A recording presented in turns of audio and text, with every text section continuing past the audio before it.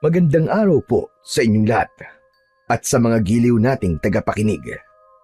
Sa araw po na ito ay mapapakinggan po natin ang kwento ng 10 taong gulang na batang si Amado.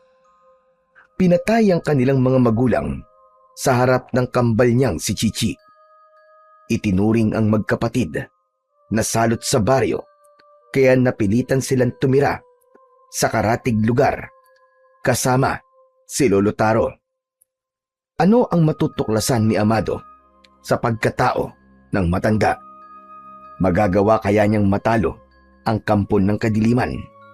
Sama-sama po nating pakinggan ang buhay at pakikipagsapalaran ng batang ulila na may mutya at kambal na banakon. Ngunit bago po ang lahat, mga idol, huwag po nating kalimutang mag-subscribe at i-hit ang notification bell sa aking YouTube channel na The Voice Addict at Apong Isaak para sa mas marami pang makapigil hiningang kwentong aswang at katatakutan mula sa mundo ng kababalaghan. Umpisahan na po natin ang kwento. Sabihin mo sa akin, babaylan. Ano nakita mo sa inaharap? Sabihin mo kung may katotohanan na sinabi ng mag-asawang yon. Hindi ko maaaring sabihin sa'yo kung totoo ba ang sinabi nila sa'yo. Pero kaya kong tawagin ang diwatang nangangalaga sa kalikasan ng kabubatan. Kaya makinig kang mabuti. Sabihin mo na at huwag mo nang patagalin pa. Kung hindi, matutulad ka rin sa kanila na unti-unti kong papatayin sa harap ng mga tauhan ko. Ang dahilan kung bakit minamalas ka sa buhay ay dahil matagal nang isinilang ang batang lalaki na merong mutya at kambal na banakon. Siya ang papatay sa iyo at tatapos sa kalupitan mo sa mga tao. Kukunin niya ang lahat sa iyo at hindi ka mananalo sa kanyang lakas. Dumating na ang batang tagapagligtas. Tumigil ka! Kapag nalaman ko na pinagloloko mo lang ako, papatayin ko ang anak mo. Dali niyo, mag-asawa. Iharap niyo sa akin ang kanilang mga itsura. Gusto kong makita ang mga magulang ng batang itinakda. Mula sa pinagkukublihan na punong kahoy ay tanaw ng may 10 taong gulang na batang si Amado ang kanilang bahay. Habang ang kakambal niyang banakon na si Chichi ay nakapulupot sa kanyang leeg. Ang banakon ay isang uri ng ahas na may taglay na nakamamatay na kamandag. Kung tawagin ito ay King Cobra. Mapanganib, mabangis at pinakadelikadong ahas sa buong Asya. Madali silang matuto at sa pamamagitan ng kanilang tuklaw ay kayang pumatay ng tao sa loob ng 30 minuto. Humuni ng malakas si Chichi sa kanyang tenga. Tila nag-alala rin ito sa kanilang mga magulang. Kung ano ang kanyang nararamdaman, ay nararamdaman din ni Chichi. Nanginginig ang kanyang mga kamay habang nakatanaw sa mga lalaking nakapalibot sa kanilang bahay. Isang matandang babaylan na merong balahibo ng mga manok sa ulo ang nakikita niyang kausap ng isang lalaking may saklob ng kulay itim na tela sa ulo. Ang mga taong bayan ay sumisigaw na patayin ang pamilya ng salot sa kanilang lugar. Ang itiniturong dahilan ay ang pagkakaroon nila ng anak na may kambal na ahas na banakon. Balak ng mga ito na patayin silang magkapatid dahil sa kanila ibinibintang ang pagdagsa ng mga peste sa kanilang pananim. Ayon yun sa sinasabi ng ibang mga tao. Idagdag pa ang pangitain ni Lolo Taro na kilalang babaylan sa kanilang lugar. Kaya habang nagtatago siya sa likod ng puno, ay tila nagbabagang apoy na ang kanyang dibdib dahil sa galit. Hindi nila pwedeng gawin to sa mga magulang natin, Chichi. Kailangan nating iligtas sila, nanay at tatay. Humuni si Chichi sa kanyang tenga na para bang nakikiusap ito na tulungan nila ang kanilang mga magulang. Ang bawat huni at paggalaw ng katawan ni Chichi ay alam niya kung ano ang ibig sabihin. Kaya naman, mas lalo siyang natakot nang makita ang kanilang mga magulang na pinaluhod sa harapan ng lalaking nangunguna sa pananakit sa kanilang mga magulang. Iginapos ang mga kamay ng kanilang ama at ina. Sa kasinunog ng taong bayan ang kanilang bahay. Akma na sanang lalabas sa pinagtataguan si Amado, ngunit narinig nila ang sinabi ng kanyang amang si Mang Alex na kahit na anong mangyari ay wag na wag daw silang lalabas. Ang sinabi naman ng kanyang inang si Aling Rosa habang umiiyak ay wag silang alalahanin. Ang mahalaga ay tumakas sila at iligtas ang kapatid niyang si Chichi. Umagos ang masaganang luha sa mga mata ni Amado nang marinig ang sinabi ng kanilang mga magulang, habang ang nakapalupot sa leeg na si Chichi ay unti-unting humihigpit sa kanyang leeg na para bang sinasabi nito na wag silang makikinig sa kanilang mga magulang at iligtas ang mga ito. Anong gagawin ko, Chichi? Marami sila at isa lamang ako. Baka mas lalo lamang tayo mapahamak. Tumayo ang ulo ni Chichi at lumapad na parang kasing lapad ng palad ng bata ang leeg nito. Tila sinasabi nitong wala itong pakialam sa buhay nila. Ang mahalaga ay hindi mapahamak ang kanilang mga magulang. Ngunit alam ni Amado na wala siyang magagawa laban sa mga taong may hawak na sulo at sibat. Ganun na lamang ang kanyang gulat nang makitang sinunog ng taong bayan ang kanilang bahay. Akala niya ay iiwan ng mga tao ang kanilang ama at ina, pero wala na siyang nagawa nang itulak ang kanyang mga magulang sa bahay na unti-unti nang tinutupok ng apoy. Rinig na rinig nila ang pagputok ng katawan ng tao sa nasusunog nilang bahay. Hindi napigilan ni Amado ang pagsigaw at takot nang makitang nasusunog ang katawan ng kanyang mga magulang. Para siyang pinagsakluban ng langit at lupa ng mga sandaling yun. Hindi siya makahinga. Wala sa loob na bigla siyang napatayo sa kanyang pinagtataguan. Nay! Tay!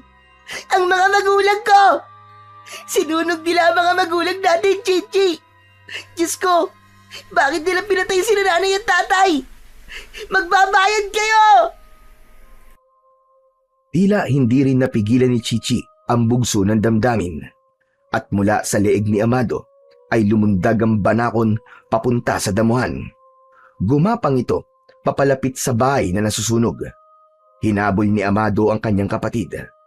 Bagamat wala siyang naririnig na tinig mula sa kanyang kapatid, ay alam niyang pareho silang nagdadalamhati sa pagkamatay ng kanilang mga magulang. Chichi! Saan ka pupunta? Bumalik ka rito! Mapapahamak ka! Hindi naabutan ni Amado ang kanyang kapatid na mabilis na gumapang papunta sa kinaroroonan ng mga tao. Halos hindi siya makahinga dahil sa takot at pag-aalala kay Chichi. Kaya naman, hindi sinasadyang napatingin ng mga tao sa kanyang gawi. Nakita sila ng taong bayan. Huli na para maitago ni Amado ang kanyang kapatid. Dahil sa paglingon ng lalaking galit na galit kanina, ay nakita na sila nito na magkasama. Ngumisi ito ng nakakatakot na para bang nakakita ng pagkain. Sa unahan naman ito ay ang isang matangkad na lalaki na parang isang anino. Mabilis na tumakbo ang mga ito sa kanilang kinaroroonan. Kaya naman, agad niyang kinuha si Chichi at isinampay sa kanyang balikat. Pero mas mabilis na kumilos si Lolo Taro para lumapit sa kanila. Nagpumiglas siya sa pagkakahawak ng matanda sa kanila. Akala niya ay huhulihin sila nito, ngunit nagkamali siya dahil mahigpit nitong hinawakan ng kanyang kamay at hinila siya papunta sa kakahuyan para tumakas. Malalaki ang hakbang ng kanilang paa na tumakbo papalayo sa mga taong humahabol sa kanila. Takbo na! Tumakas na kayo, bilisan nyo! At kahit na anong mangyari, ay wag na wag kayong magpapaabot sa kanila! Bitiwan niyo po ako! Huwag po kayo kung basta naakala nyo ay wala kayong kasalanan. Pinatay niyo ang mga magulang ko. Kasama nila kayo. Kaya huwag kayong magkunwari. Kakampi nila kayo. Kayo ang dahilan kung bakit nila pinatay ang mga magulang ko. Wala silang kasalanan. At hindi sila hayop para sunugin nyo. Mahigpit na inayos ni Amado ang kapatid niyang si Chichi sa kanyang leeg at tumakbo papunta sa kakahuyan. Naramdaman niyang sumunod sa kanila ang matanda at tila binabantayan sila nito. Ngunit ang kanyang damdamin ay nagpupuyos pa rin sa galit dahil rinig na rinig niyang ito ang dahilan kung bakit pinatay ang kanilang mga magulang. Napasulyap siya sa gawi ng matandang si Lolo Taro. Hinugot ng matanda ang 2 kahoy sa likuran nito, saka ibinigay kay Amado. Sinalo niya yon habang nakatingin sa mga taong humahabol sa kanila. Tumigil ang mga ito sa pagtakbo nang makitang nakatayo sina Lolo Taro at Amado sa gitna ng gubat. Ngunit nagulat si Amado nang makitang unti-unting nagbabago ang anyo ng mga tao. Hindi sila mga ordinaryong nilalang dahil sila ang mga aswang na gabunan. Merong kakayahang maglaho ang mga ito at nagkukunwaring mga tao para mapalaya sila sa kanilang bahay. Pinagmasdan ni Amado ang hawak niyang arnis.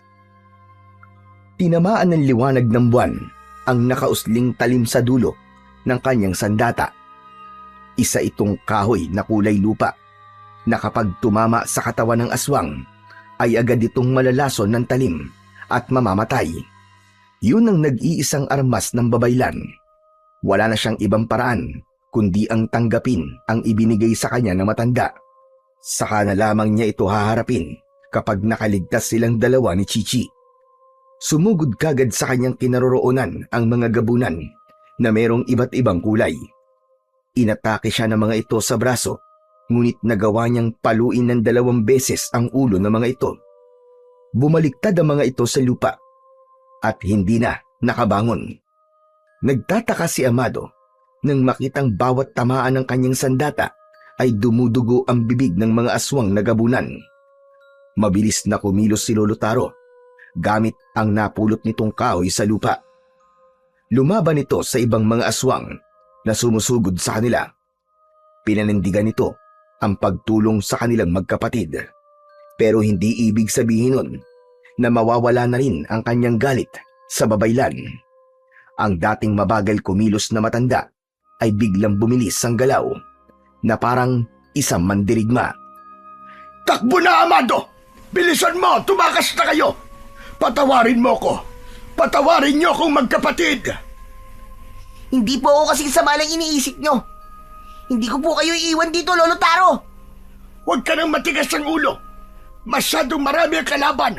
Hanggang kaya mong tumakbo'y tumakbo ka na! Huwag kayong titigil! Bilisan mo! Hindi po. Ayoko po umalis. Lalaban ako. Gagamitin ko itong mga kahoy na to para patayin silang lahat. Dudurugin ko sila sa mga kamay ko. Magbabayad silang lahat sa akin. Huwag! Huwag kang lalapit sa kanila, Amado! Tumakas na kayo! Papatayin nila kayo! Lalong-lalo na ang kapatid mo si Chichi! Dala ng matinding galit ay hindi pinansin ni Amado ang sinabi ni Lolo Taro. Diretso lang siya sa pagsugod habang si Chichi ay hindi umaalis sa pagkakapulupot sa kanyang leeg. Ang mga nilalang na nakakalapit kay Amado ay tinutuklaw din ito at hindi nakakatakas sa kabandag ng kanyang kapatid. Nang makarating sa gitna si Amado ay nahagip ng kanyang mga mata ang pagtaas ng kamay ng lalaki. Isang senyas yun ng pag-atake. Mahigpit niyang hinawakan ng kanyang arnis. Sabay-sabay na umatake ang mga nauulol na aswang na gabunan at naglalaho sa tuwing tatamaan niya ito ng kanyang sandata. Sa muling paglitaw ng mga gabunan, sa kanyang tabi ay bigla siya nitong kakalmutin sa likod. Nahirapan siya na atakihin ng mga ito dahil sa kakayahan nilang maglaho. Pero mas nag-alala siya kay Chichi. Agad niyang tinignan kung nasugatan ang kanyang kapatid. Ngunit napatunayan niyang kapag nasasaktan siya ay nararamdaman din ito ang sakit na nararamdaman niya. Kaya naman, sinikap ni Amado na wag na siyang masusugatan. Kaya lang, hindi naiwasan ni Amado ang pag-atake ng aswang sa kanyang kinaroroonan. Tinamaan siya sa tiyan ng malakas na suntok mula sa lalaking pumatay sa kanyang mga magulang. Ngunit sa pagkakataong yun, ay malinaw niyang nakikita ang halimaw nitong muka. Malalaki ang mga ngipin nito na merong mapupulang mga mata. Makintab ang mukha nito na may malapot na likidong tumutulo sa bibig nito. Lalong nadagdagan ang nakakakilabot nitong itsura nang bigla itong nagsalita. Sinasabi ng babae na to na kayo raw ang papatay sa akin. Paano kung dito pa lang ay patayin ko na kayong magkapatid? Halata naman na wala kayong kakayahan. Teka, ang kwintas mo bata, ibigay mo sa akin yan. Wala kang karapatan sa kwintas ng bata, kaya tantanan mo na sila. Walang kasalanan si Amado sa inyo. Sadyang nakatala lang sa kapalaran mo, napapatayin ka ng isang batang may mutya at kambal na banakon. Ang nakatakda ay mangyayari at hindi mo sila mapapatay. Ang lahat ng kasamaan na ginawa mo sa mga magulang nila ang magtutulak sa batang yan para patayin ka. Ikaw ang nagsimula ng pag-uukay ng libingan mo. Talaga bang hindi ka natatakot sa akin, tanda? Ang ingay ng bunganga mo. Ikaw ang dapat na matakot sa kanila. Hindi mo ba naisip na dahil sa pagpatay mo sa mga magulang nila, ayun na rin ang simula ng pag-iiganti nila laban sa'yo? Kaya humanda ka. Malapit na ang katapusan mo. Tumigil ka, tanda. Hindi kayo magtatagumpay. Pagpipira-pirasuhin ko katawan ng magkambal na ito para walang magiging banta sa buhay ko. Kung kinakailangan patayin ang lahat ng mga bata na kasing edad niya, ay gagawin ko. Hindi ako manghihinayang sa mga buhay nila. Yun ay kung matatalo mo ang batang may kambal na banakon. Pagmasdan mo ang ginawa niya sa mga alagad mo, mangyayari din sa iyo ang sinapit nila. Hindi pa lubos na lumalabas ang kanyang kapangyarihan. Kaya tandaan mo, wala kang laban sa kanila. Tignan ko lang kung makakaligtas pa siya sa gagawin ko. Tumigil na kayo! Sa oras na magkaroon ako ng pagkakataon para patayin ang lahat ng mga aswang na pumatay sa mga magulang ko, ay gagawin ko. Kaya tama lang, Satsat. Simulan na natin ang laban! Isang mataas na pagtalon ang ginawa ni Amado papunta sa kinaroroonan ng pinuno ng mga aswang. Ngunit humarang si Lolo Taro sa unahan ni Amado dahil ito ang nais na humarap sa mga aswang at pinatatakas na naman sila nito. Para bang pinipigilan ng matanda na labanan niya ang pinuno ng mga aswang na gabunan. Hindi maaari! Layuan niyo si Amado! Ako ang harapin niyo! Magbabayad kayo! Ako ang kalabanin mo! Bakit? Natatakot ka ba, tanda? Takot ka bang makita kung paano ko sila papatayin? Akala ko ba ay siya ang papatay sa akin? Baka nakakalimutan mong kung hindi dahil sa mga hula mo, hindi ko papatayin ang mag-asawa. Kaya kung iniisip mong makakatakas ka sa kasalanan mo sa batang yan, dahil sa pagtulong mo sa kanya, ay nagkakamali ka. Huwag kang magpakabayani dahil hindi bagay sa'yo. Alalahanin mo na hawak ko ang pamilya mo. Alam kong papatayin mo rin sila, kahit kumampi pa ako sa'yo. Kaya gagawin ko ang sa tingin ko ay tama. Amado, humanda ka, dahil lalaban tayo sa kanila. Michi, kumapit ka lang mabuti sa leeg ko. Bibigyan natin ng katarungan na nangyari sa mga magulang natin. Humanda ang mga aswag na yan. Isang mabilis na pag-ikot sa ere ang ginawa ni Amado at bawat pagpalo niya ng kanyang yantok sa ulo ng mga kalaban ay isa-isang bumubulagta ang mga ito sa lupa. habang bumubula ang bibig at nagkikikisay ang katawan na parabang nalalason. Hindi niya alam kung bakit ganun ang epekto ng kanyang pagpalo sa mga aswang. Basta, ang gusto niya lang gawin ay mabigyan ng katarungan ang ginawa ng mga ito sa kanilang mga magulang. Ang dati nilang tahimik na pamumuhay sa kakahuyan ay ginulo ng mga nilalang na walang ibang ginawa kundi ang pumatay ng mga taong walang kalaban-laban. At dahil sa hula ng isang babaylan, sa isang iglap, nawalan sila ng mga magulang. Ulila na sila ni Chichi at hindi niya yun mapapayagang mangyari nang walang nagbabayad sa pagkamatay ng kanilang ama at ina. Kahit mamatay sila sa laban na yun, ay gagawin niya ang lahat para maipaghiganti ang kanilang mga magulang. Buhay ng mga magulang ko! Kapalit ng buhay yun lahat! Natigilan ang mga aswang sa kakaibang galaw ni Amado habang kasama ang kanyang kapatid sa pakikipaglaban. Lahat ng tamaan ng kanyang arnis ay bumabagsak ng pasadsad sa lupa at kagad na namamatay. Hindi umubra ang kakayahan ng mga aswang na maglaho dahil nauunahan na ito ng pag-atake ni Amado. Malakas na umangil ang pinuno ng mga aswang dahil sa labis na galit. Sumigaw ito ng malakas at inutusan ang mga alagad. Isa-isang sumugod ang mga aswang nagabunan sa kanyang kinaroroonan. Naramdaman niya ang kalmot at kagat na tumama sa kanyang katawan. Ngunit hindi niya yon ininda. Wala siyang pakialam sa buhay niya. Ang mahalaga, mapatay niya ang mga aswang.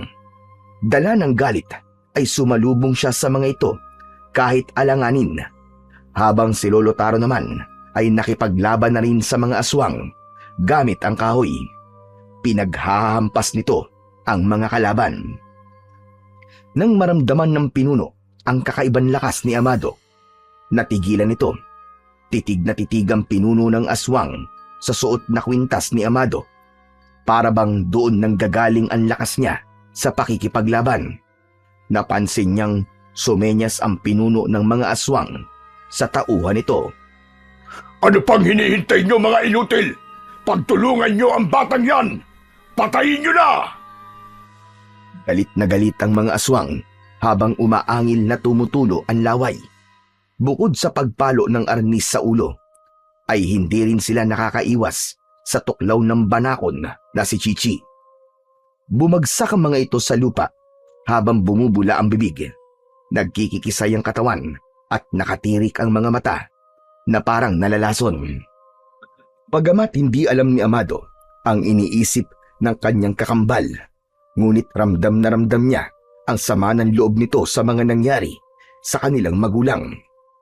Bigla niyang naramdaman ang pagguhit ng sakit sa kanyang katawan mula sa kalmot at kagat ng mga aswang na gabunan. Gusto pa niyang lumaban, ngunit ang kanyang katawan ay tila ba gusto nang sumuko, habang ang kanyang kakambal na banakon ay nanghihina rin na pumunta sa kanyang braso at doon pumulupot. Iniharang naman ng matanda ang katawan nito sa harapan ni Amado. Amado, ayos lang ba kayo ng kambal mo? Chichi, hindi ko na kaya. Parang merong masakit na likido na pumasok sa katawan ko. Amado, paglabanan mo. Ang epekto ng kagat ng aswang. May laso na gumagapang nasa katawan mo. Muling nagpang-abot ang matanda at ang pinuno ng mga aswang na gabunan. Kaya naman, may pagkakataon na sanang tumakbo si Amado, ngunit hindi niya nagawa dahil naninigas ang kanyang katawan.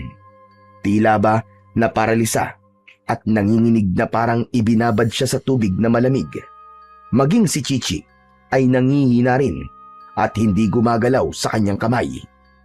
Maya-maya pa ay biglang lumapit si Lolo Taro sa kanyang gawi. Umiiyak ito dahil sa awa sa kanila. Kaya mo bang tumayo, Amado? Hindi ko sila malalabanan ng sabay-sabay. Masyado silang malalakas. Humihina na rin ako sa pakikipaglaban. Tapos may tama ka pa. Kailangan magamot ka bago kumalat ang laso ng aswang sa katawan mo. Hindi ko po kaya tumayo, Lolo Taro. Ang kapatid ko, kailangan niyang magamot kaagad. Pero ikaw ang may tama, Amado. Lolo Taro, nararamdaman din po ng kambal kong si Chichi ang sugat ko sa katawan. Kapag namatay siya, mamamatay rin po ako. Dahil magkadugtong po ang pusod namin. Alam ko yon. Dahil ako nagpaanak sa nanay niyo. Kaya alam ko kung ano rin ang mangyayari sa inyo sa hinaharap. Huwag kayong mag-alala. Ililigtas ko kayo ng kambal mo. Sige na, bilisan mo. Sumampa ka sa likod ko. Kailangan makatakas tayo sa lugar na to bago pa dumating ang mga kasama nila. Pagkasampa ni Amado sa likod ni Lolo Taro, sakto naman ang pagdaan ng isang lalaking may dalang isang taling kahoy na panggatong. Dahil sa laki ng dala ng lalaki, hindi nito napansin ang mga aswang nagabunan na nagkalat sa daan. Walang awa nila itong nilapa. Hindi na nga nakasigaw ang lalaki dahil inuna ng mga aswang nakagatin ang muka ng biktima. Nangibabaw ang tawa ng pinuno ng mga aswang na parang tuwang-tuwa ito sa mga nangyayari habang nakatingin ito sa kanilang dalawa ni Lolo Taro. Ayoko pa po sanang tumakas. Pero ang kapatid ko, iligtas niyo po siya. Habang abala sila sa pagkain sa lalaki, umalis na po tayo rito. Walang mangyayaring masama sa kakambal mo. Ikaw ang inaalala ko. Susubukan kong gamutin ka. Kung kaya ko bang pigilan ang lason sa katawan mo. Dahil manganganib ang buhay mo. Sigurado yon.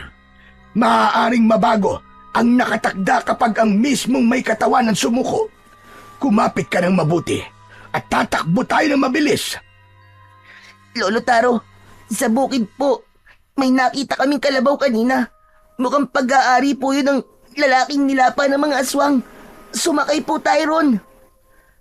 Kahit hindi ako marunong sumakay sa kalabaw, ay susubukan nating sakyan yon. Kumapit ka lang na mabuti at ililigtas ko kayo. Paglingon ni Amado sa hulihan ng kanilang daan, ay nakita niyang humahabol sa kanila ang mga aswang nagabunan. Ang makintab nilang balat ay kitang-kita sa liwanag ng sikat ng buwan. Ang dalawang yantok na nasa kamay ni Amado ay mas lalo niyang hinigpitan ang pagkakakapit. Nariyan na po sila, Lolo Taro. Malapit na po nila tayong maabutan. Mabilis nilang tinahak ang daan pababa ng bundok hanggang makarating sila sa gitna ng palayan. Nakita nila ang kalabaw na nakatayo habang nakatingin sa kanila at panay ang pag-unga. Muli siyang tumingin sa hulihan ng daan. Diyos ko, mas lalo pa silang dumadami. Amado, ikaw muna ang unang sumampa sa kalabaw. Kapag nakita mong natatalo na ako, patakbuhin mo to at wag na wag ka nang lilingon. Kahit na anong mangyari, ililigtas niyo ang buhay ng isa't isa. Patawarin niyo ako sa nagawa ko. Iniligay ko sa kapahamakan ang buhay niyo at namatay ang mga magulang niyo. Sige na, tumakas na kayo. Iwan niyo na ako rito.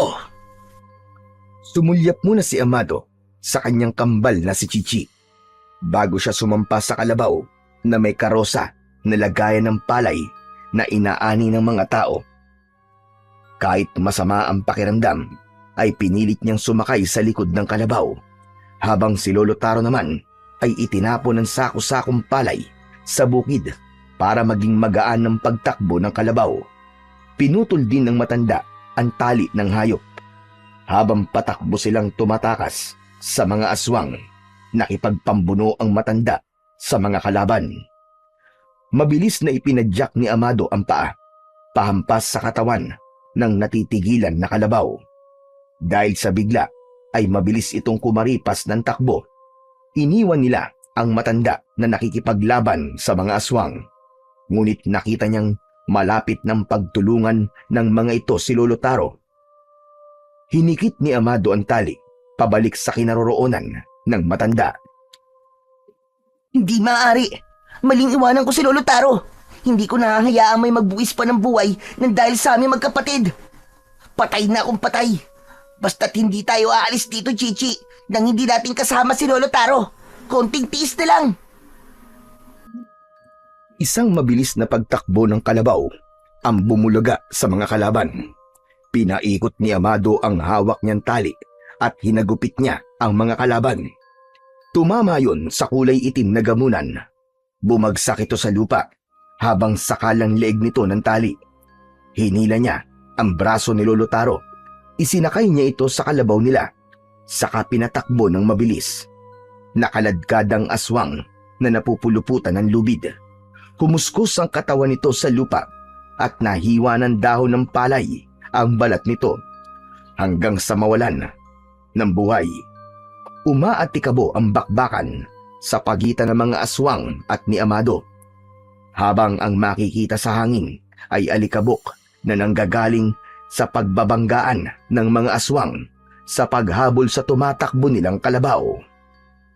Bakit ka bumalik, Amado? Ang tigas ng ulo mong bata ka. Paano kung nagkamali ka? Marami po akong gustong itanong sa inyo kung bakit pinatay nila ang mga magulang ko at kung ano ang nakatakdang mangyari sa buhay ko. Kaya kailangan niyo pong mabuhay, Lolo Taro. Tsaka, gamutin niyo po kami magkapatid. Isang malakas uli na pagpadyak sa katawan ng kalabaw ang ginawa ni Amado, habang ang nabibikting aswang ay patuloy na nakakaladkad ng kalabaw. Mukhang lalo silang nagalit. Hinahabol pa rin nila tayo, Amado. Ayaw nila tayong tigilan. Kumapit kayo, Lolo. Mabilis na ang takbo ng kalabaw natin.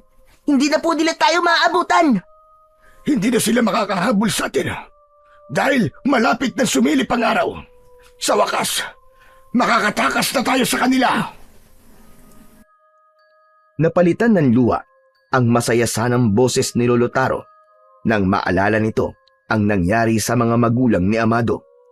Hagulgul din ang kapalit sa tuwang naramdaman ni Amado habang galit na nakatingin sa unahan ng kanilang daan. Paano na sila? Wala na silang mga magulang. Naramdaman ni Amado ang mahigpit na pagkapit ng matanda sa kanyang bewang habang ang pahila ng kalabaw ay nasira at natanggal sa katawan ng kalabaw.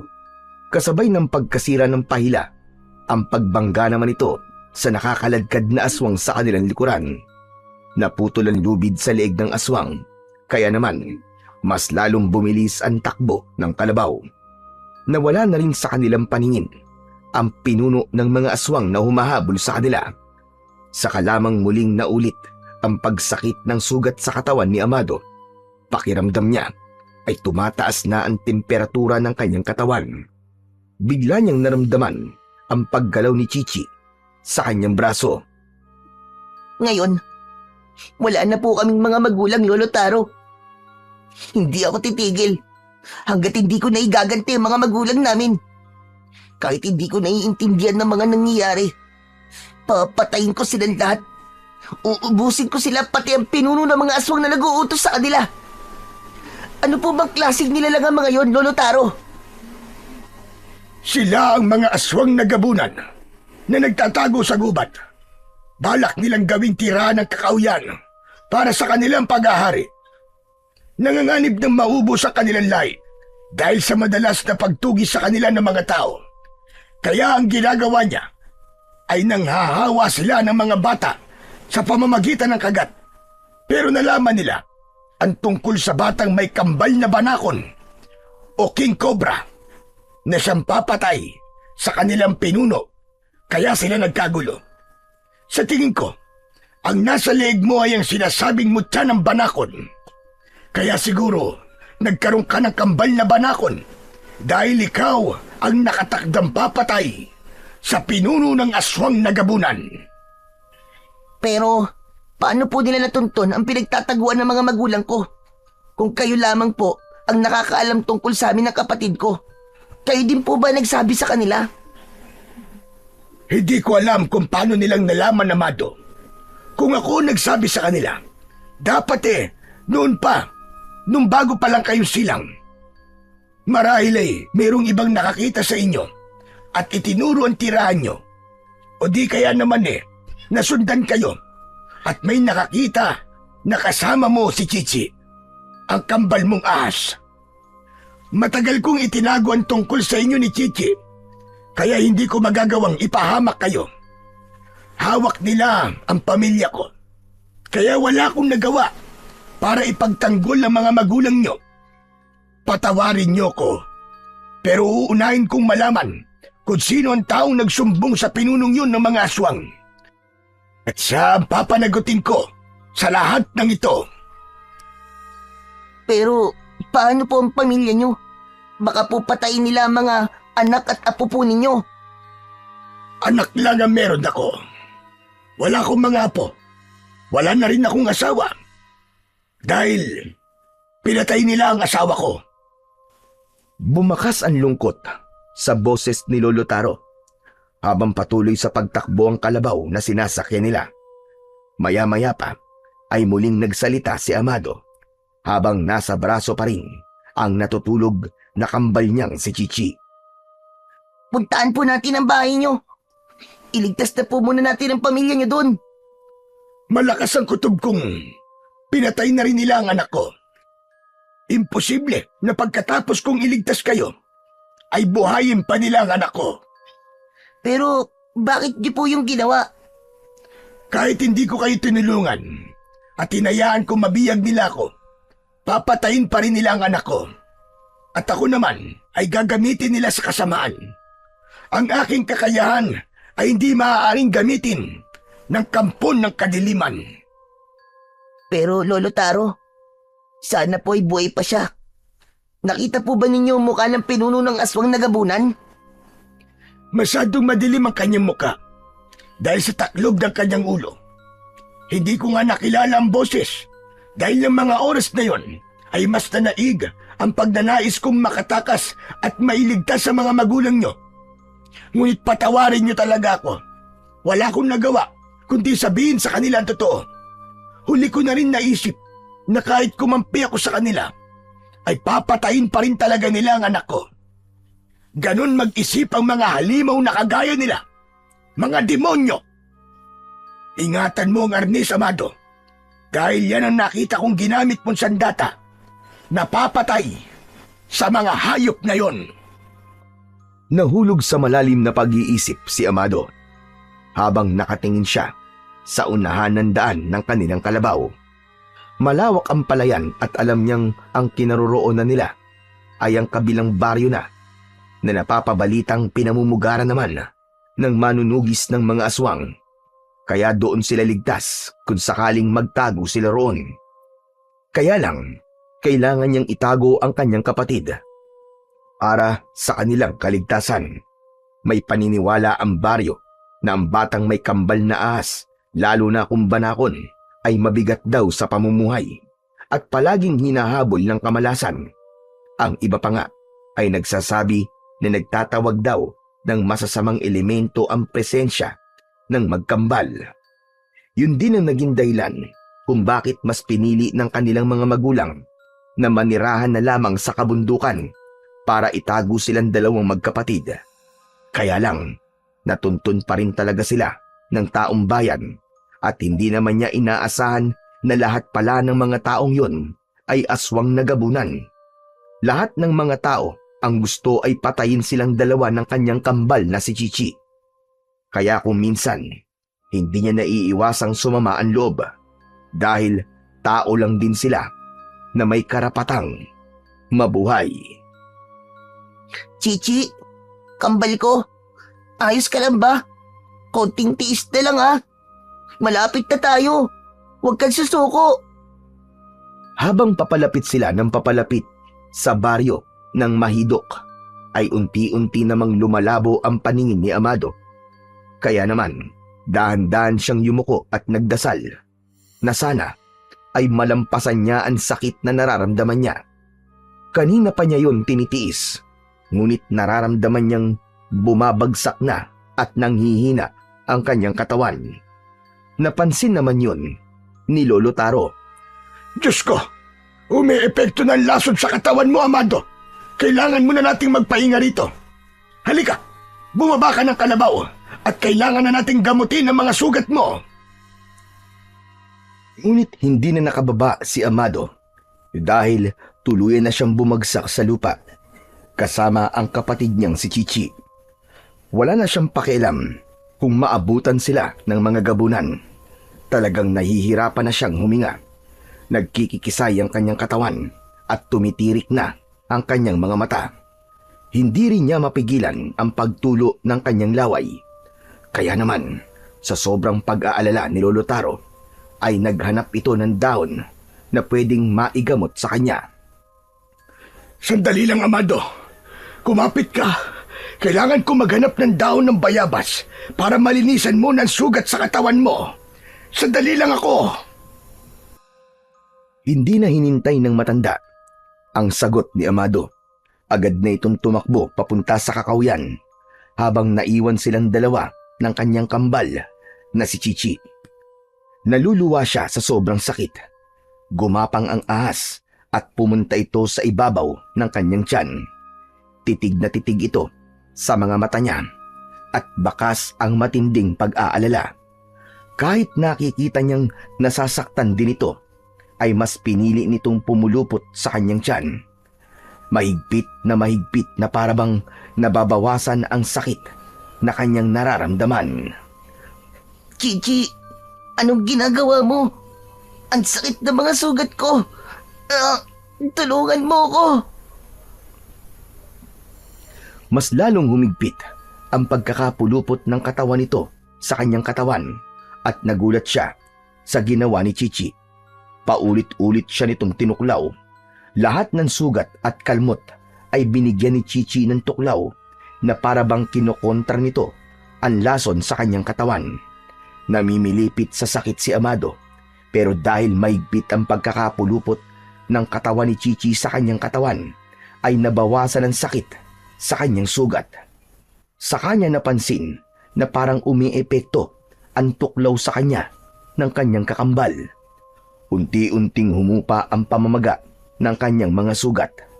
Nawala ang pananakit at parang nagdahilan na nawala ang paninigas ng kanyang katawan. Pero si Chichi naman ang nanghina at nawalan ng malay. Katulad ng nararamdaman ng ahas, ay naramdaman din ni Amado ang panghihina ng kanyang katawan at agad siyang nakatulog. Yakap ang katawan ng kanyang kakambal. Boses ni Lolo Taro ang nagpagising sa natutulog na diwa ni Amado. Naramdaman niya ang mahinang pagyugyug ng kamay ng matanda sa kanyang balikat bago niya iminulat ang kanyang mga mata. Nakita niyang nasa isang silid sila na may dingding na gawa sa sawali. Katabi niya ang natutulog na si Chichi. Bumangon si Amado at naramdaman niya ang konting pananakit ng kanyang katawan. Hinaplos niya ang katawan ni Chichi na walang galaw sa kanyang tabi. Isang himala ang nangyari sa iyo, Amado. Sinabi ko na nga ba't makakaligtas ka? Hindi ko alam kung paanong nawala ang lason ng mga aswang sa katawan mo. Si Chichi po, Lolo Taro. Siya po ang gumamot sa akin. Hindi ko po akalain na meron po siyang kakayang magpagaling ng sugat at lason na likha ng aswang. Teka, nasan po ba tayo ngayon, Lolo Taro? Nandito tayo sa dating bahay ni Kakang Sela. Bahay daw ito na pinapaupan. Kaya naman ginamit ko muna ang konti kong naiipon na pera para sa pangunang bayad ng bahay. Mabuti na lang at walang malay si Chichi, kaya naitago ko siya sa ilalim ng damit mo. Kung siya ang nagpagaling sa iyo, Amado, tama nga ang hinala ko na kayong dalawa ay konektado sa bawat isa. Hindi po ba sila nagtanong kung bakit po duguan ang damit ko? Hindi na, dahil sinabi kong sinalakay tayo ng mga aswang na gabunan. Ligtas tayo sa lugar na ito dahil alam ng mga aswang na lahat ng mga taong nakatira dito ay mga manunugis. Sige na, inumin mo muna itong nilagang talbos ng bayabas para tuluyang gumaling na ang mga sugat mo sa katawan. Maraming salamat po, Lolo Taro. Huwag kang magpasalamat sa akin, Amado. Dahil ginagawa ko lang ito para kahit papano ay mabawasan ang kasalanan ko sa inyong magkapatid. Habang buhay kong pagsisisiyan ang kaduwagan ko dahil namatay ang mga magulang nyo nang dahil sa akin. Natigil sa pagsasalita si Lolo Taro nang biglang gumalaw si Chichi. Para itong tao na biglang tumayo at titig na titig kay Amado. Tila sinusuri nito kung magaling na siya. Huwag kang mag-alala, Chichi. Ayos na ako. Salamat ha. Iniligtas mo ang buhay ko. Biglang lumapad ang leeg ni Chichi at tila nanlilisik ang mga mata nang mapatingin ito sa gawi ni Lolo Taro. Napatayo ang matanda at napaatras ng hakbang. Nakatingin ito sa ahas at napalunok ng laway. Huwag, Chichi. Tinulungan niya tayo. Huwag kang magalit kay Lolo Taro.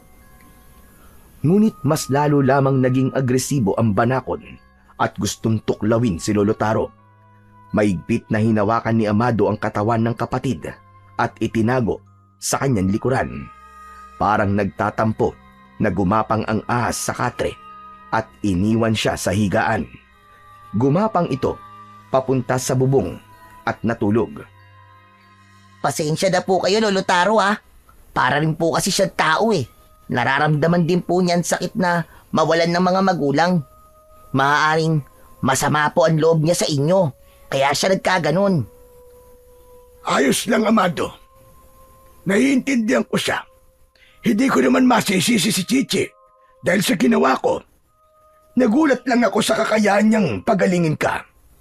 Ni hindi yun nakita sa pangitain ko. Tanging ang kapalaran mo lang ang nababasa ko. Pero kay Chichi, hindi siya lumalabas kahit sa panaginip ko. Kaya naman, hindi ako makapaniwalang may kakayahan siyang makapagpagaling ng mga lason sa katawan ng tao. Dahil naman ang mga banako na kagaya niya ay mapangalib. Mamamatay ang sino man, natutuklawin niya. Kaya mahirap isipin, nagaganan tuklaw niya sa ibang tao na nakakagat ng aswang. Sa ngayon, ay dito na muna tayo maninirahan hanggat hindi pa ako nakakahanap ng bahay nating malilipatan. Salamat po, Lolo Taro. Sige na, inumin mo na itong gamot at magpahinga muna kayo magkapatid. Pagkatapos na mainom ni Amado ang nilagang talbos ng bayabas, ay kinuha ng matanda ang baso at malungkot itong lumabas ng kwarto.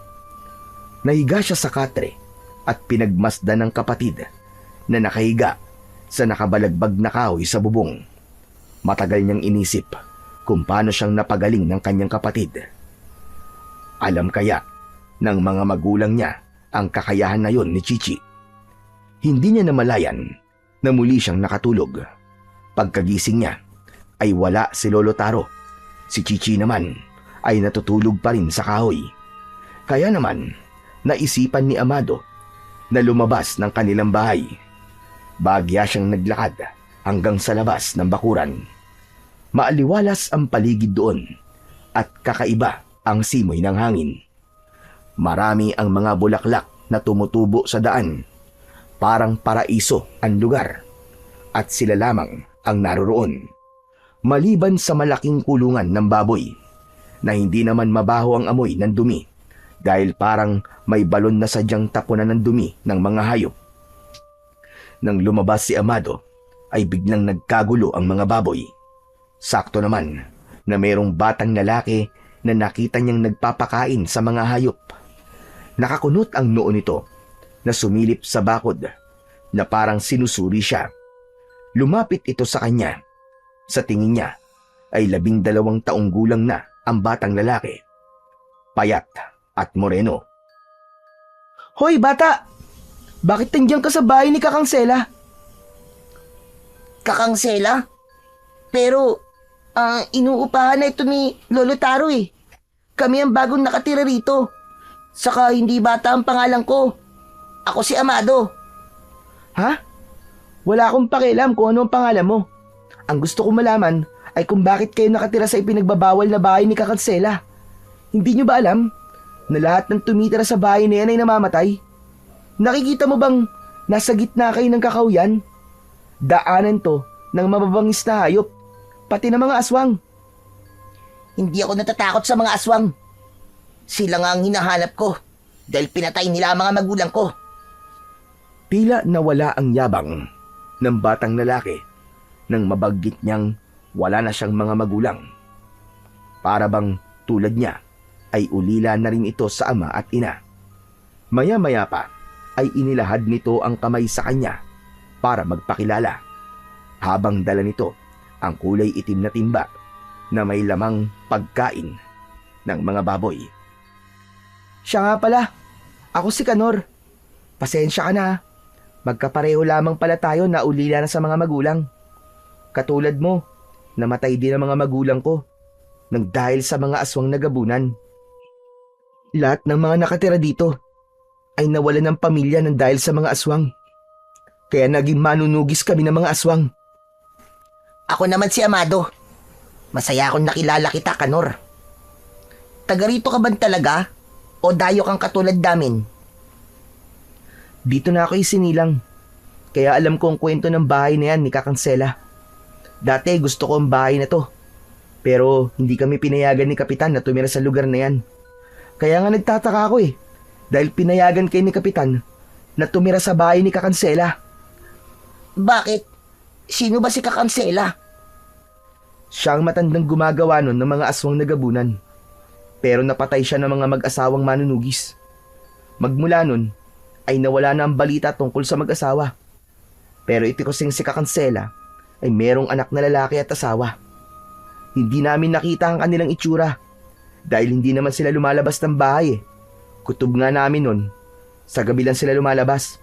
Pero hindi nagtagal, nalaman namin na sumunod na rin siya sa yapak ng kanyang ina. Kasama ng kanyang ama ay gumagawa naman sila ng aswang na gabunan. Naghihiganti siya sa mag-asawa at magmula ng tinugis ng mga taong yon, sunod-sunod na ang namamatay sa baryong to. Kaya may paniniwalang babalik siya sa bahay na yan at baka kayo ang pagbalingan nila. Kung anak pala siya na matandang gumagawa ng aswang, hindi kaya ang pumatay sa mga magulang ko ay ang anak nilang naghahanap sa amin na magkapatid? May kapatid ka? Pero ikaw lang naman ang nakikita ko ah. Nasaan ang kapatid mo? Biglang natauhan si Amado. Hindi maaaring malaman ni Kanor ang tungkol sa kanyang kapatid. Kaya naman, nagkunwari siyang nalulungkot at sinabing patay na ang kanyang kapatid.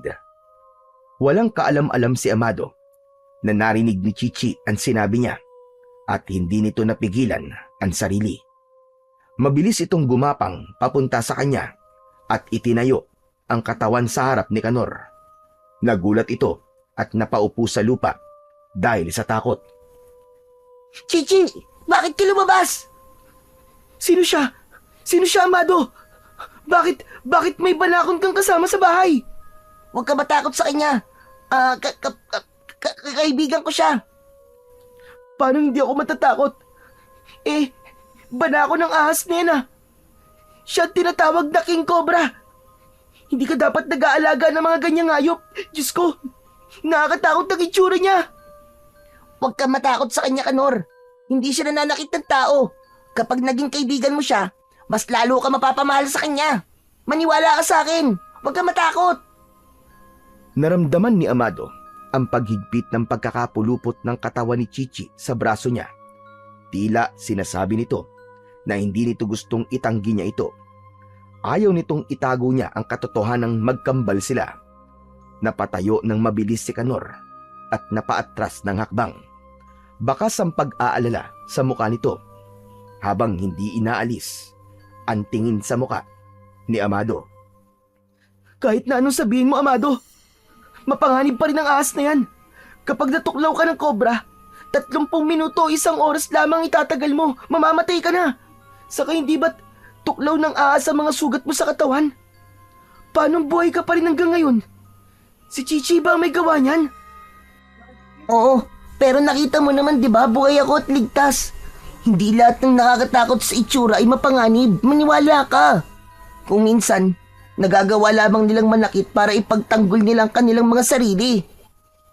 Diyos ko, nakaalis na nga dito. Bigla akong nanghina sa alaga mong ahas. Itago mo yan, Amado. At huwag mong palalabasin ang ahas na yan. Baka isipin pa nila ikaw ang batang matagal na nilang hinahanap. Teka, anong ibig mo sabihin? Hindi mo pa rin ba alam ang tungkol sa batang may kambal na ahas? Naku, sa kanya isinisisi ang pagkakaroon ng mga aswang sa baryong to. Ang ginamit ni Kakansela para gumawa ng aswang ay ang dugo ng batang may kambal ahas na hindi naman nagtagal ay pinatay rin ng anak ng matanda. Nakita naming lahat kung paanong pinatay ang magkapatid at wala kaming nagawa nun dahil nasasakop na ng mga aswang ang lugar na to. Bago lamang yung nangyari. Kaya nga itinuring na salot ang mga batang may kambal na ahas. Akala ko ba matagal nang gumagawa ng aswang si Kakansela? Oo nga.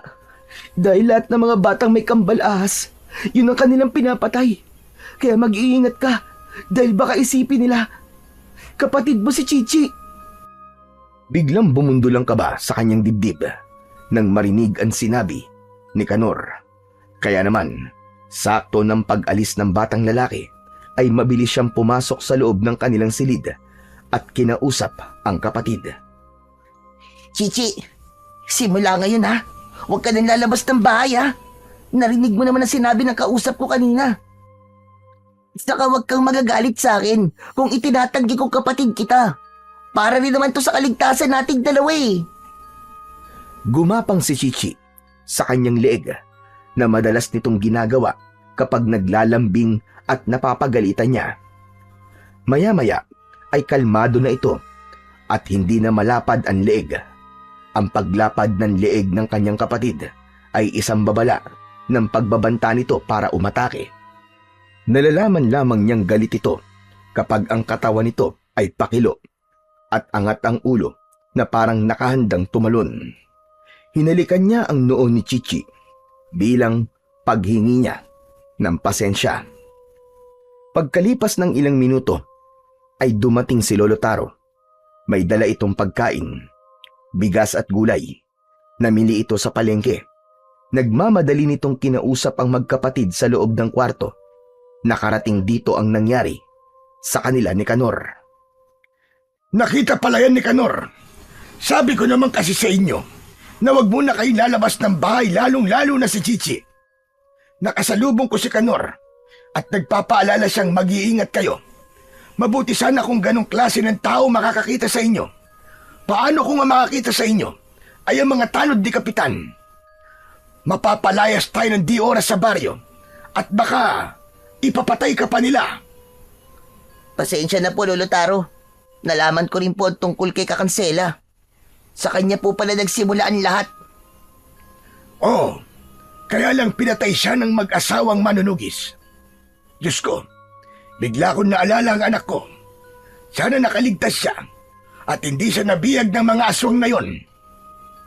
May awa po ang Diyos, Lolo Taro. Hindi po niya pababayaan ng pamilya niyo. Pwede naman po niya kaming iwan dito at puntahan ng anak niyo eh. Mag-iingat lamang po kayo. Wala na. Patay na ang anak ko, Amado. Kagaya na sinabi ko, imposibleng buhayin pa siya ng mga aswang na yon. Ramdam na ramdam ni Amado ang hirap ng pinagdadaanan ni Lolo Taro. Nakikita niyang pinipilit lamang nitong magpakatatag sa nangyari sa pamilya nito. Kaya naman, pagsapit ng gabi, ay nag-iisip pa rin si Amado kung ano ang buhay na naghihintay sa kanila ni Chichi. Kailangan niyang maghanap buhay para mabuhay silang magkapatid. Ayaw niyang maging pabigat kay Lolo Taro dahil kung tutusin ay hindi naman nila kadugo ang matanda at wala itong responsibilidad sa kanila. Kinabukasan ay maagang umalis si Amado para pumunta sa gubat. Balak niyang kumuha ng panggatong at mga gulayin na pwede niyang maibenta sa palengke. Nagpasigurado na rin siya na dalhin ng kanyang arnis. Hindi niya namalayan na sumunod pala sa kanya si Kanor. Kaya nagulat siya nang bigla itong nagsalita sa kanyang likuran. Sabi ko na nga ba't alam ko kung bakit ka nandito sa gubat eh. Pareho tayo ng pakay. Ang maghanap ng pagkain at paggatong para ibenta sa palengke. Kung gusto mo, tulong na lamang tayo sa paghahanap ng pwede nating ibenta sa bayan. Ako ang bahala sa pangangaso. Sigurado ka ba dyan, Kanor? Oo naman. Hindi ba't magkaibigan na tayo? Kumusta nga pala si Chichi? Iniwan ko na muna rin sa bahay. Ikinulong ko sa kwarto. Mahirap na at baka magkatotoon sinabi mo kagabi. Salamat nga pala sa'yo, Kanor ah. Naku, wala yun. Saka, wala naman din akong kaibigan eh. Nagsasawa na rin ako sa mga baboy na inaalagaan ko. Sila na lang palagi ang kinakausap ko. Nagkatawanan na ang dalawang magkaibigan habang naglalakad. Maya-maya pa ay narating nila ang gitna ng kagubatan. Nagtago sila sa puno habang inaayos ni Kanor ang dala nitong pana para asintahin ng usa na abala sa pag-inom ng tubig sa gilid ng ilog. Kanor, huwag mo nalang kayang hulihin yung usa. Kawawa naman eh. Ha? Ano ka ba naman, Amado? Yan ang papel nila sa mundo. Ang kainin sila ng mga tao. Pero, Kanor, may buhay din kasi ang usa na yan. Huwag na lang silang kunin natin. Mga gulay na lang ang hanapin natin. Manghuli ka na lang ng hayop kapag hindi mo ko kasama. Akma na sanang tatayo ang magkaibigan sa pinagtataguan nilang puno nang biglang humuni ang usa. Kaya naman, napatingin sila sa gawi ng kinaroroonan nito. Ganun na lamang ang panlalaki ng kanilang mga mata nang makita ni Amado ang isang malaking sawa na nilulunok na ang usa at paa na lamang ang nakalabas sa bibig nito. Agad na napatalon si Kanor para patamaan ng pana ang ulo ng ahas na sawa. Kaya lang ay nakaiwas ito at napuluputan ang katawan ni Kanor. Mabilis na nilunok ng ahas ang usa at umangat ang leeg nito sa ere. Tangka na sanang kakagatin si Kanor nang biglang lumukso ang isang banakon at tinuklaw nito ang sawa. Nabitiwan nito si Kanor. Mabilis na lumapit si Amado at ginamit ang kanyang arnis para saksakin ng katawan ng sawa. Kaya napigilan niya ang tangkasa ng pagganti ng sawa sa kanyang kapatid na si Chichi. Hindi niya namalayan na sumunod sa kanya ang kanyang kakambal. Kaya nagulat din siya sa biglang paglitaw nito mula sa kakahuyan. Iniligtas nito ang kanyang kaibigan at natulala sa mga nakita. Magkakasunod na paghampas ang ginawa ni Amado sa ulo ng sawa at agad niya itong napabagsak sa lupa. Habang si Chichi naman ay magkakasunod na tinuklaw ang katawan ng sawa. Bumula ang bibig ng ahas at inilalayan naman ni Amado si Kanor para tumayo. Hindi nito inaalis ang tingin sa dalawang ahas na naglalaban.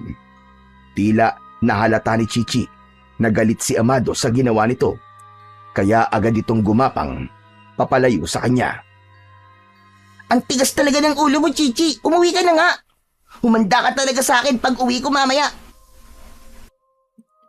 Lumingon muna si Chichi kay Amado bago ito nagpatuloy sa paggapang papalayo sa kanya. Talagang natakot siya sa ginawa ng kakambal niya kanina. Yun ang unang pagkakataon na nakita niyang nakipaglaban ang kapatid sa kapwa nito ahas. Kaya siguro nagalit siya rito ay dala lamang ng labis niyang takot.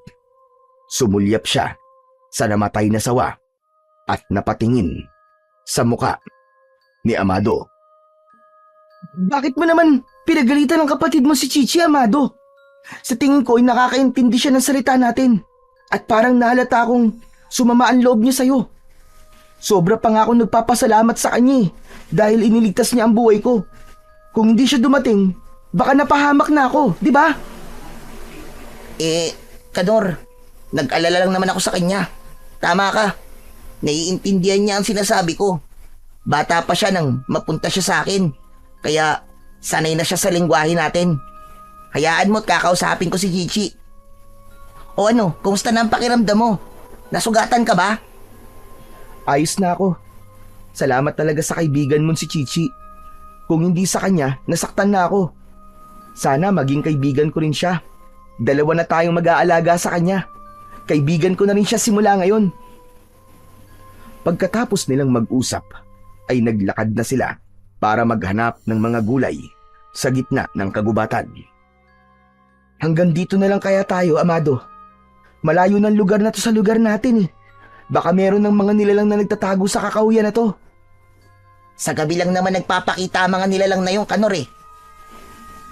Ang mga aswang na gabunan ay may kakayahang tumagal sa sikat ng araw sapagkat may kakayahan silang maglaho at magpunta sa bahaging madidilim.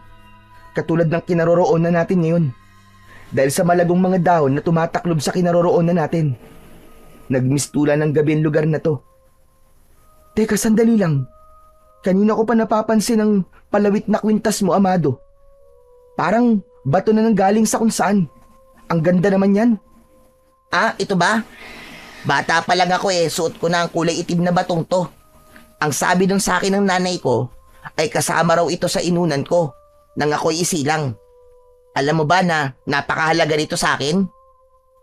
Parang kambal na sinasabi ng matatanda. Maganda ang batong yan dahil nanggaling pala sa sinapupunan ng nanay mo. Pero may paniniwala na karamihan sa mga buhay na bato na pambihirang nakikita sa tao ay tinatawag nilang mutya. Hindi naman ako naniniwala sa ganyang, Kanor. Ang alam ko lang, mahalaga to sa mga magulang ko, kaya iniingatan ko. Tara na nga, umuwi na tayo. Wala naman tayong nahanap na gulay eh. Nang magsimulang maglakad ang magkaibigan, pabalik sana sa kanilang bahay, ay bigla silang natigilan sa kanilang nakita. 5 nilalang ang nakatayo sa kanilang harapan. Nakangisi ang mga ito na ang tingin ay sa suot niyang kwintas. Napahawak ng mahigpit si Amado sa kamay ng kaibigan. Pagkatapos ay inihanda nila ang kanilang mga sandata habang hindi inaalis ang tingin sa mga nilalang na nakatayo sa unahan ng kanilang daan. Umaangil ang mga ito at sa biglang paglaho ng isang aswang na gabunan, diretso yun paglapit sa kanila. Hindi na sila nakagalaw dahil naramdaman nila ang pagtama ng suntok ng kalaban sa kanilang tiyan. Magkakasabay na bumagsak sa lupa ang magkaibigan at sabay na rin na bumangon. Agad na hinila ni Kanor ang tali ng pana nito at nagpakawala ng palaso. Tinamaan naman sa ulo ang kalaban at nagkikikisay na bumagsak sa lupa. Habang si Amado naman ay iniiwasan ang bawat kalmot ng aswang at gumaganti siya ng 2 palo ng arnis sa ulo ng kalaban. Bumagsak ito sa lupa, sabay takbo nila papalayo sa mga ito. Naramdaman nilang humabol sa kanila ang 3 aswang na gabunan. Ngunit nang makalayo na sila, ay biglang sumulpot ang mga aswang na gabunan sa kanilang harapan. Mapula ang mga mata ng mga ito habang umaangil. Nagkatinginan ang 2 magkaibigan dahil sa 3 nilalang na dahan-dahang naglalakad papalapit sa kanila. Nakadipa ang mga braso na tila ba sinusubukan silang hulihin. Hindi ko akalain na makakaharap natin ang mga aswang na yan, Kanor. Isa lang ang ibig sabihin yan. Nakalabas tayo ng gubat na sakop ng ating baryo, kaya nila tayo nahanap. Mag-iingat ka, Amado. Kung hindi tayo lalaban, tayo ang papatayin ng mga yan, sigurado. Isang malakas na paghila sa tali ang ginawa ni Kanor sa hawak na pana nito. Lumipad sa ere ang palaso at nagulat sila nang masaluyon ng aswang na gabunan. Umangil ito ng malakas at lumaki ang bibig nito. Lumitaw ang malalagari nitong mga ngipin na may tumutulong malapot na laway na may kasama pandugo. Si Amado ang sumugod sa mga ito. Mabilis na umikot sa ere si Amado at tinamaan ng kanyang arnis ang ulo ng isang kulay itim na gabunan.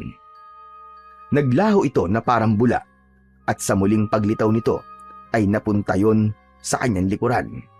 Siniko niya ng malakas ang mukha nito at sa pag-ikot niyang muli sa ere ay tinamaan ito ng kanyang arnis. Umangat ang paa nito sa lupa at bumagsak sa damuhan. Sinamantala niya ang pagkakataon na yon. Magkakasunod na pagpalo sa katawan nito ang ginawa niya. Tumama yon sa muka at dibdib. Nagkikikisay ang aswang at tumirik ang mga mata hanggang sa masunog ang katawan. Mabilis na napatayo si Amado. Hindi talaga niya maintindihan kung bakit ganun ang epekto ng arnis sa katawan ng aswang. Si Kanor naman na nadadaganan ng aswang ay tinulungan niya at nakita rin ng kanyang kaibigan kung paano niyang pinatay ang aswang sa ibabaw nito. Inalalayan niya itong tumayo, saka hinarap ang natitirang aswang na gabunan.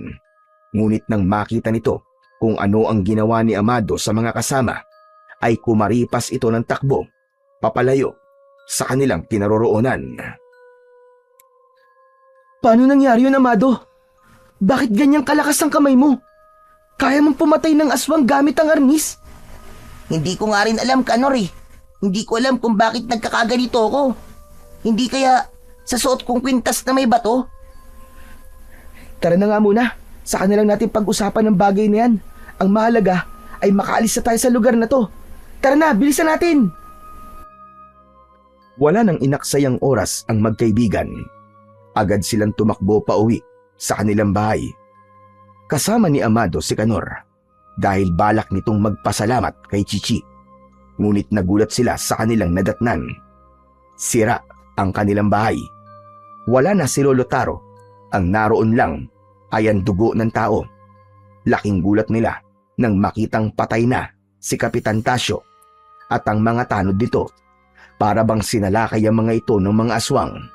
Ang mga tiyan ng mga tanod ay wakwak at nawawala ang mga lamang loob. Bigla niyang naalala ang kanyang kapatid na si Chichi. Halos hindi siya makahinga nang dahil sa sobrang pag-aalala. Hindi niya kakayaning makita na patay na ang kanyang kapatid. Kaya hindi niya na napigilan ang kanyang sarili at napahagulgulo siya ng iyak. Chichi! Lolo Taro! Nasaan na kayo? Lolo Taro, nasaan na kayo? Halos mabaliw si Amado sa kakahanap sa kanyang kapatid, pati kay Lolo Taro. Tumulong na rin si Kanor sa paghahanap sa dalawa, ngunit wala talaga silang nakita. Hanggang sa napasalampak na lamang ng upo si Amado habang nasa harapan siya ng mga nakahandusay na mga biktima. Naluluwang napasabunot siya sa kanyang ulo dahil hindi niya alam kung saan niya hahanapin ang dalawa. Maya-maya pa ay tumayo si Amado, ngunit pinigilan siya ni Kanor. Saan ka pupunta, Amado? Hahanapin ko sila, Kanor.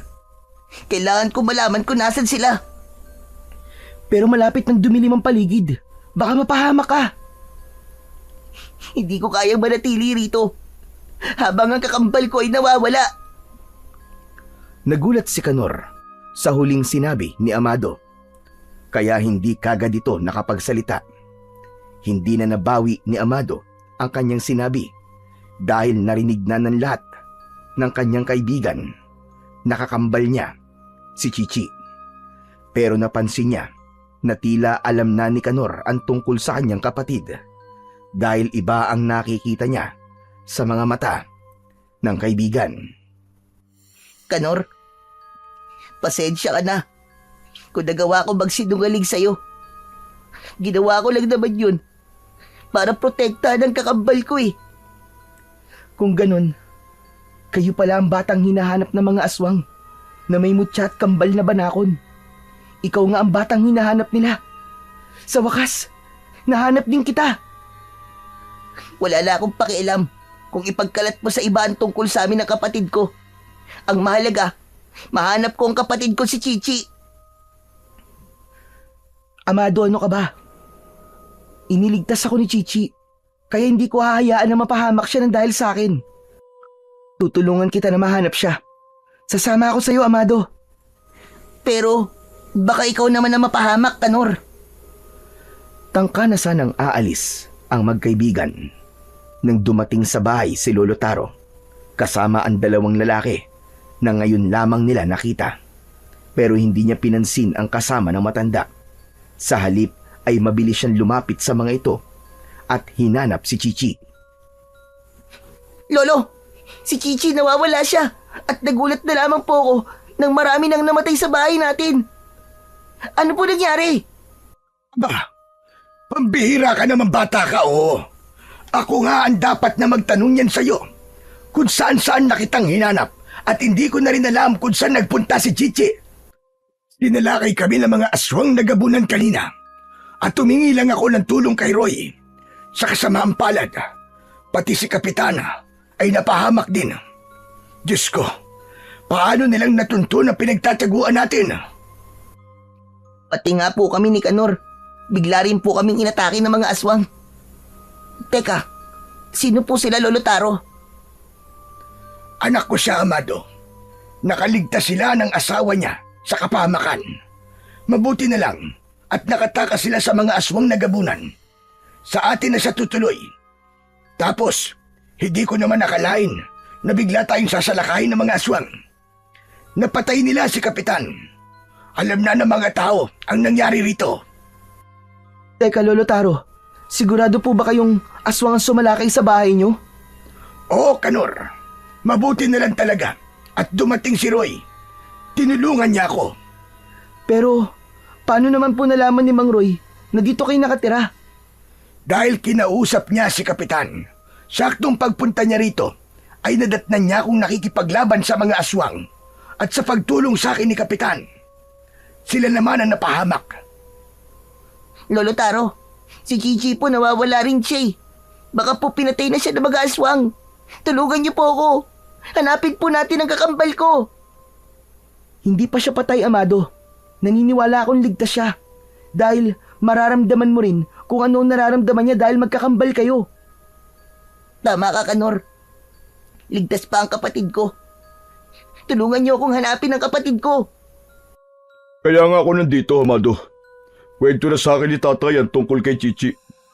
Patawarin mo kami. Dahil kung hindi dahil sa amin, buhay pa sana ang mga magulang mo. Tapos na yun, Mang Roy. Baliwala kung magagalit po ako tapos hindi naman na magbabalik ang buhay ng mga magulang ko. Ang gusto ko po ngayon ay mahanap ang kapatid ko. Ang boses mo, Amado. Baka marinig ka ni Kanor. Huwag po kayo mag-alala, Lolo. Alam na po niya ang totoo sa amin ng kapatid ko. Pero, hindi tayo nakakasigurong mapagkakatiwalaan siya. Tama na po, Lolo Taro. Ang kapatid ko po, siya ang mahalaga sa akin ngayon. Aalis ako, hahanapin ko po siya. Bago niya kami iniwan, sa gubat namin siya uling nakita. Kung ganun, ay tutulong na rin ako sa paghanap sa kanya. Sasama kami sa inyo ni Kanor. Sige, dito naman ako sa bahay na mag-aasikaso sa mga namatay na biktima ng aswang. At baka umuwi si Chichi, ay makikita ko kagad siya. Sige po, tay. Alis na po kami. Naunang maglakad ang dalawang lalaki. Kasunod sina Kanor at Amado. Kailangan nilang bumalik sa gubat para hanapin si Chichi. Bumundol lang kaba sa kanyang dibdib dahil baka napano na ang kanyang kapatid. Alam niyang sa paghahanap niya sa kapatid ay malalagay sila sa panganib. Lalo pa at kalat na ang dilim sa paligid na ang tanging tanglaw ay ang liwanag ng buwan. Maya-maya pa ay lumapit sa kanya si Kanor. Teka, Amado. Para yatang may mali sa ginagawa natin ah. Ano ka mo? Paanong may mali, Kanor? Hindi ba't dito natin huling nakita si Chichi? Ang tinutukoy ko ay ang mga kasama natin. Bakit kaya pakiramdam ko mas lalo nila tayong inilalayo sa baryo? Alam ko ang daan na to at pabalik to sa baryo kung saan kayo nanggaling. Mabigat ang presensyang nararamdaman ko sa kanila. Isa pa, hindi ba nagiinit ang suot mo mutya ng banakon? Hindi eh. Saka, hindi ko nararamdamang kakaiba sila. Sa tingin ko naman, ay gusto lamang nilang tumulong. Kahit kailan, hindi pa ako nagkamali sa nararamdaman ko. Hindi ka dapat magtiwala sa kanila, Amado. Lalo pa, at nang mamatay ang mga magulang mo, si Lolo Taro ang nakita mong kausap ng pinuno ng mga aswang. Paano kung nagpapanggap lamang sila? At ang totoo, ay balak nilang kunin ang mutya na nasa leeg mo. O di naman kaya, ay kunin ang dugo niyo ni Chichi para gamitin sa paggawa ng aswang na gabunan. Mutya? Ano bang ibig mo sabihin, Kanor? Saka bakit sinasabi mong mutya ang batong nasa kwintas ko? Teka. Sino ka ban talaga? Bakit marami kang alam tungkol sa amin? Kung hindi ako nagkakamali, ang batong nasa leeg mo ay batong mutya ng banakon. Sigurado ako ron, magmula nang sabihin mo sa akin ang totoo. Kung ikaw ang may kakambal na banakon, ikaw rin ang kailangan nila para magkaroon ng walang kapantay na kapangyarihan. Ang mutya ng Banakon ay mabisang pangontra sa mga aswang na gabunan. Hindi nila kayang hawakan yan. Mapapatay ka muna nila bago nila makuha ang bagay na yan sa leeg mo. Sinasabi ko to sa'yo para maging alerto ka palagi sa paligid. Paano naman ako maniniwala sa'yo, Kanor? Dahil alam ko ang lahat ng tungkol sa mga kambal na Banakon, pati sa mutya. Patawarin mo ako kung nagsinungaling ako sa'yo. Ginagawa ko lamang yon para makalapit sa inyo at mas mabigyan ko kayo ng proteksyon. Hindi ko akalain na ako ang ililigtas ni Chichi.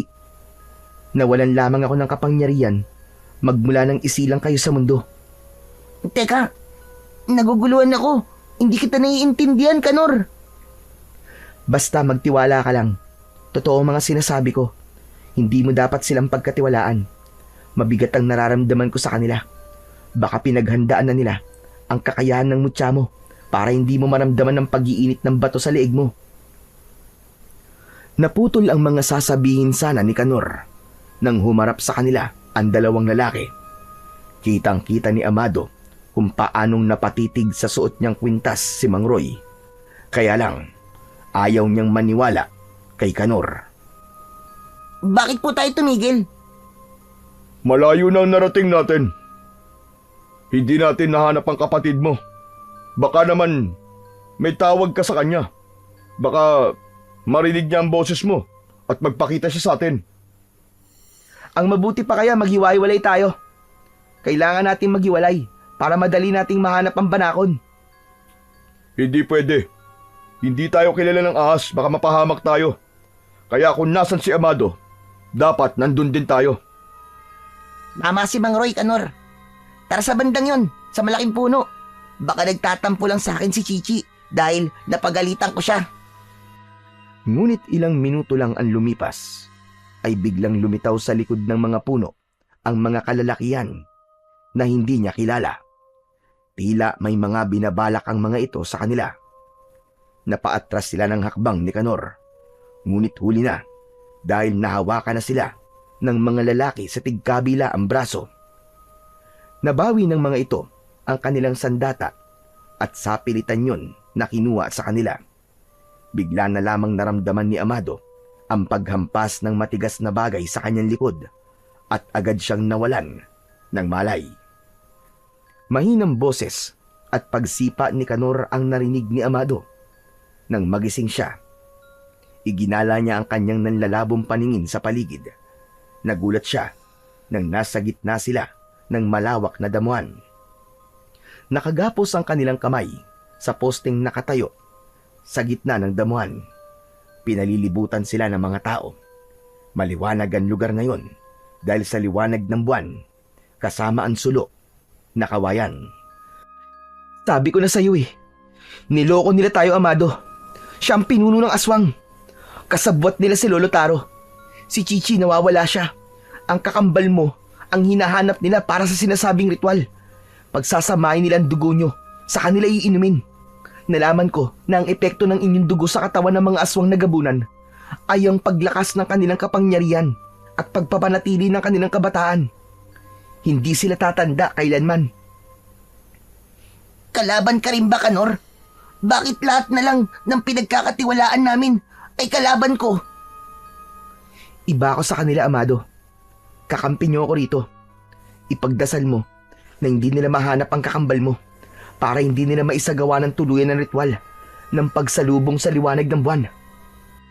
Inilinga ni Amado ang kanyang paningin sa paligid. Hinanap niya kagad ang matandang nagtraidor sa kanila ni Chichi. Hindi niya akalain na palabas lamang ng matanda ang pagtulong sa kanila. Naisahan sila ni Lolo Taro. Nakuyom niya ang kanyang kamao nang dahil sa labis na galit at puot. Ngayon na lamang nagiging malinaw sa akin ang lahat ng mga nangyayari. Maaaring si Mang Roy ang anak ni Kakang Sela at si Lolo Taro naman ang asawa ni Kakang Sela. Isang pamilya sila na nagigiganti sa pamilya mo, Amado. Dahil ang mag-asawang manunugis ay ang mga magulang mo. Sila ang pumatay kay Kakang Sela.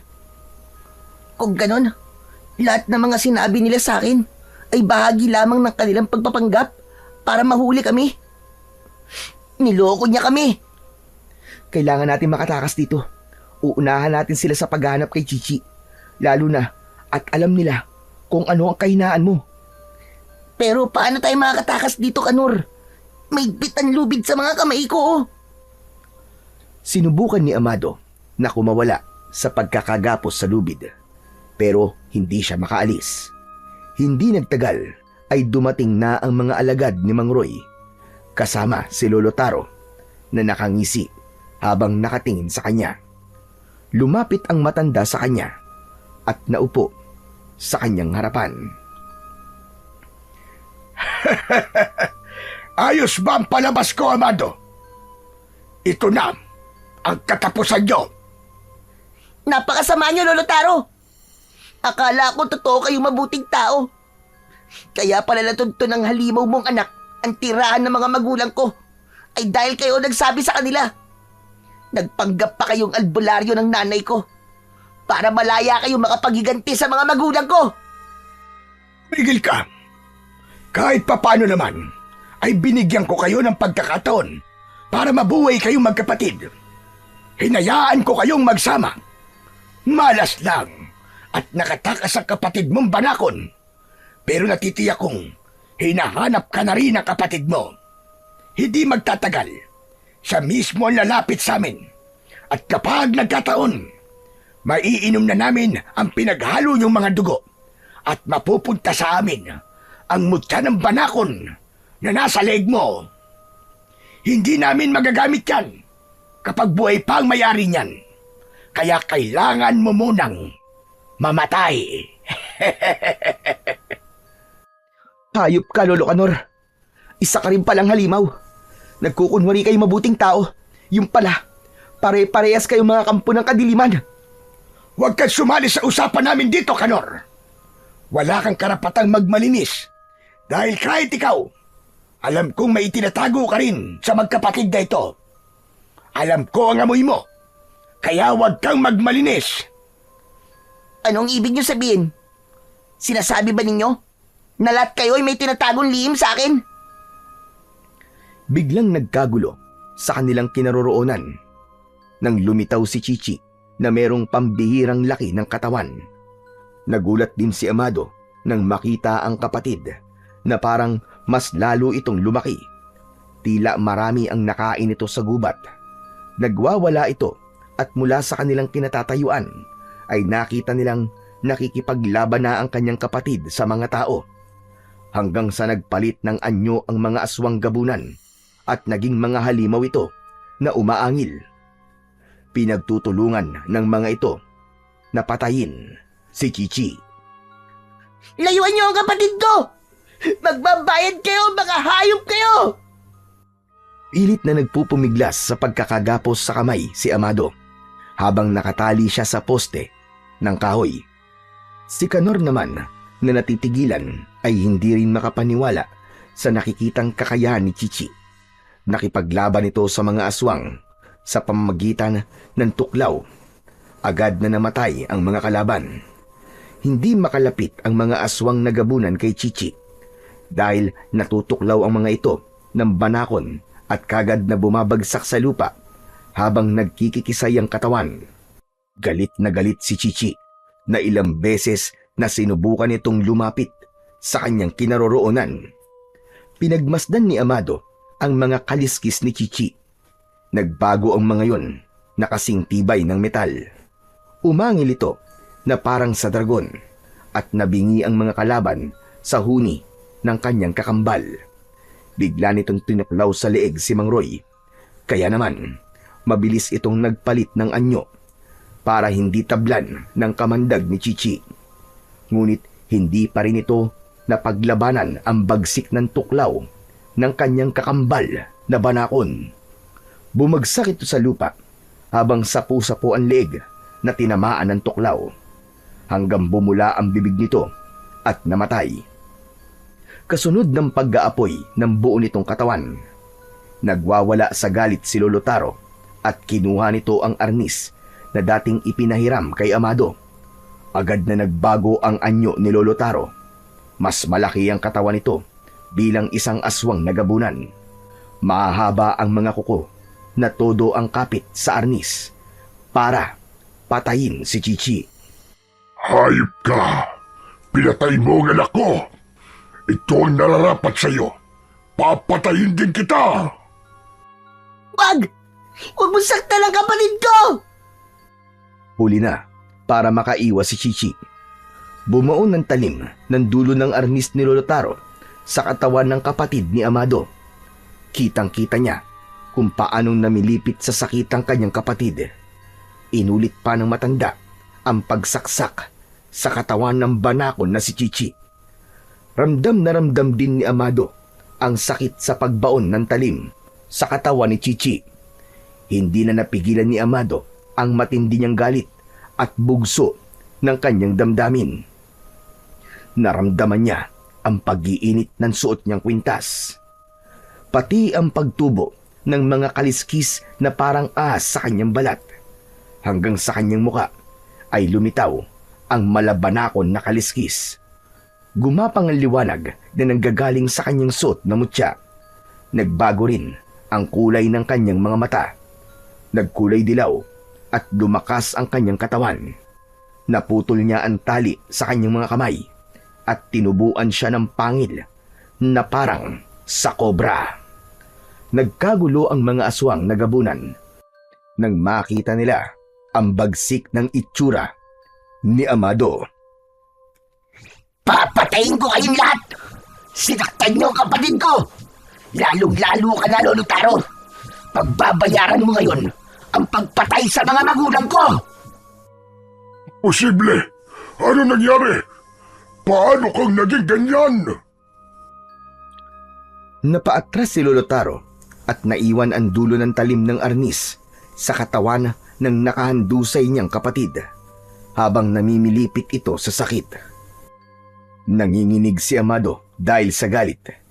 Hindi na siya nakapaghintay. Mabilis siyang sumugod sa matanda. Bawat kalmot niya at pagkagat dito ay nababalutan niya ito ng malalakas na liwanag na nanggagaling sa kwintas niya. Tila dinadagdagan ng kanyang mutya ang sakit na nararamdaman ni Lolo Taro. Halos mapasigaw ang matanda sa labis na sakit mula sa kalmot at kagat niya sa katawan nito. Hindi nakalaban ng matanda dahil sa lakas ng kapangyarihan ni Amado. Isang mabilis at malakas na pag-ikot sa ere ang ginawa niya at lahat ng liwanag na lumabas sa kanyang katawan ay naghugis na parang mga banakon.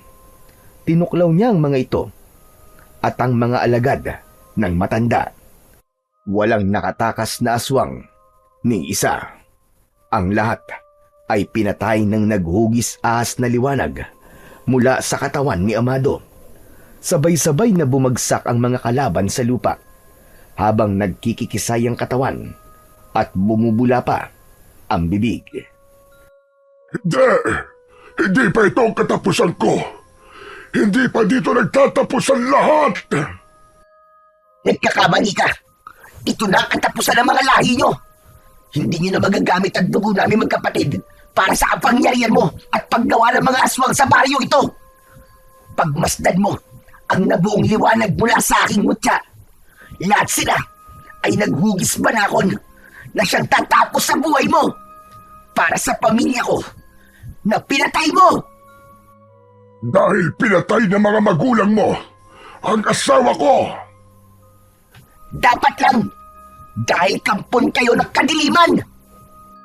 Nilapitan ni Amado ang matandang nakabaluktot dahil sa sakit ng maraming sugat nito sa katawan. Hinawakan niya ang pisngi ng matanda at siya mismo ang kumagat sa leeg nito. Ibinaon niya ang kanyang mahabang pangil sa laman nito sa leeg, kasabay ng pagsasama-sama ng mga hugis na banakon na liwanag sa kanyang katawan. Nasunog ang katawan ng pinakapinuno ng mga aswang na si Lolo Taro. Kumislap ang liwanag ng kaliskis ni Amado, habang si Canor naman na nakagapos pa rin ay bumalot ang malakas na liwanag sa katawan nito. Saka lamang natanggal ni Canor ang gapos sa mga kamay. Nagbago ang itsura ni Canor. Nagkaroon ito ng matulis na tenga, singkit na mga mata at manipis na labi. Ang kulay ng mga mata nito ay naging asul at nagkaroon ng liwanag sa mahaba nitong damit. Nawala na rin ang liwanag at kaliskis ni Amado sa kanyang katawan. Pati ikaw? Hindi ka normal na tao? Sino ka ban talaga, Kanor? Ako ang diwatang nawala ng kapangyarihan dahil isinilang ang batang may kambal na ahas na banakon. Ngunit ngayon, ninagamit mo na ang kapangyarihan mo at lumitaw na yun sa katawan mo, bumalik na rin ang kapangyarihan ko bilang isang diwatang nangangalaga sa kalikasan. Patawarin mo ako at kinailangan kong magkunwari para mabantayan ko kayo ni Chichi. Ha? Bakit mo kami binabantayan, Kanor? Dahil sa oras na makuha nilang kapangyarihan mo, hindi na maibabalik sa akin ang kapangyarihan ko. Totoong ulila na ako sa mga magulang dahil pinatay sila ni Lolo Taro para sa kapangyarihang buhayin si Kakansela. Ngunit ang pagbubuhay sa isang tao na patay na ay isang labag na kautusan sa dakilang lumika. Kaya ito ang naging kapalit. Nawalan ako ng kapangyarihan dahil sa ipinainom nila sa akin at napunta ang kapangyarihan ko sa batang isisilang na may kambal na banakon. Pero, bakit hindi nawala ang kapangyarihan ko? Gayong, nasa iyo na ang kapangyarihan mo. Dahil nakilala ka ng kapangyarihan ng mutya ng banakon. Bahagi ka ng aking kapangyarihan. Kaya't gamitin mo lang yan sa kabutihan. Yan mismo ang kambal mutya mo. Magiging isa ka ng babaylan na may kakayahang makipag-usap sa mga katulad kong diwata. Takalang naalala ni Amado ang kanyang kapatid na si Chichi. Kaya naman, nilapitan niya ito at niyakap ng maigpit. Chichi! Kapatid ko! Lumaban ka! Huwag kang mamamatay! Patawarin mo ako!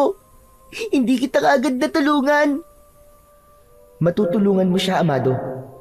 Dahil ang dugo niyo ay may kakayahang makapagpagaling ng sugat ng bawat isa.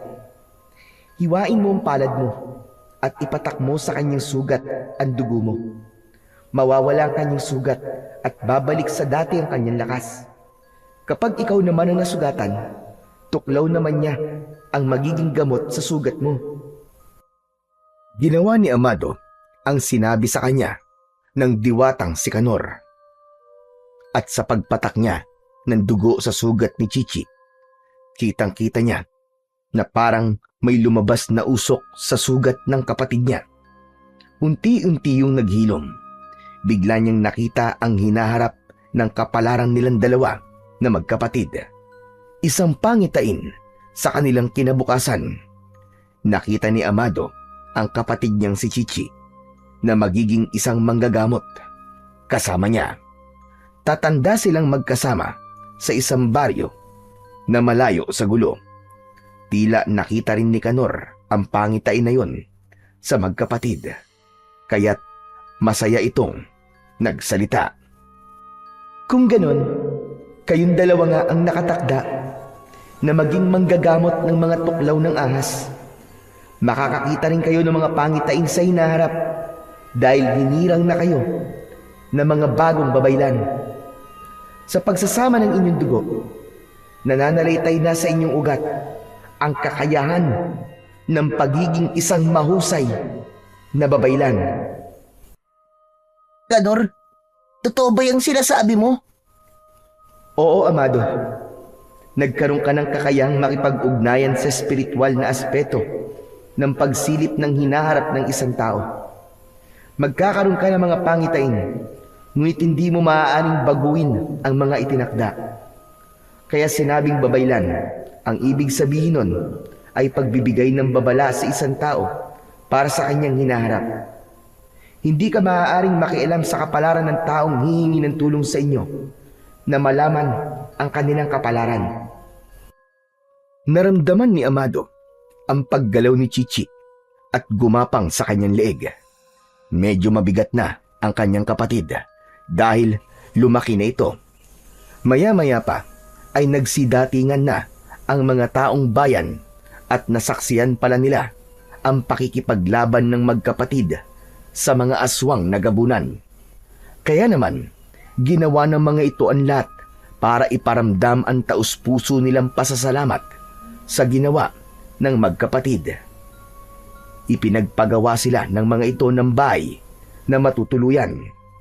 Bagamat si Amado lamang ang nakakakita kay Kanor, ay sobra siyang nagpapasalamat sa diwatang hindi sila iniwan at sinamahan sila sa bahay kubong ginawa ng mga tao. Magmula ng gabing yun, ay tuluyan ng nawakasan ang paggasik ng lagim ng mga aswang na gabunan, habang ang magkapatid ay nanatiling manggagamot ng mga tuklaw ng ahas o kahit na anong karamdaman na kayang pagalingin ng magkapatid. Marami ang humanga sa kanila at hindi na sila itinuring na mga salot. Sa halip, naging sikat sila dahil marami na silang natulungang mga tao. Nanatili silang mapagkumbaba at tumulong ng walang kapalit, habang si Chichi naman ay nanatili sa tabi ni Amado. Igalang ang kalikasan at mga nilalang nito. Hindi lahat ng hayop ay dapat katakutan. Ang iba ay tagapangalaga ng balanse sa kalikasan. Ang pagkakaroon ng mutya at kambal na banakon ay maituturing na isang biyaya, dahil magkakaroon ka ng kapangyarihang makapagpagaling ng malulubang karamdaman. Bagamat marami pa rin ang hindi naniniwala sa kakayahan ng mga taong may kambal-ahas, meron pa rin na iilan na naniniwalang tunay na nakapagpapagaling ng karamdaman ng ibang tao ang batang may kambal-ahas. Sa lahat ng ito, piliin pa rin nating maging mabuting tao, sapagkat kung minsan ang mutya o kambal-ahas na sinasabing nakakapagpagaling sa karamdaman ng mga tao ay kasangkapang ginagamit ng Panginoon para tayo ay pagalingin sa mga karamdaman. Kaya naman, ang pagmamahal sa Diyos ay maituturing na matibay na mutyang panlaban sa lahat ng kampon ng kadiliman. Kaya't ang pagmamahal sa kapwa at kalikasan ay pagpapakita rin ng pagmamahal sa Diyos na may kapal.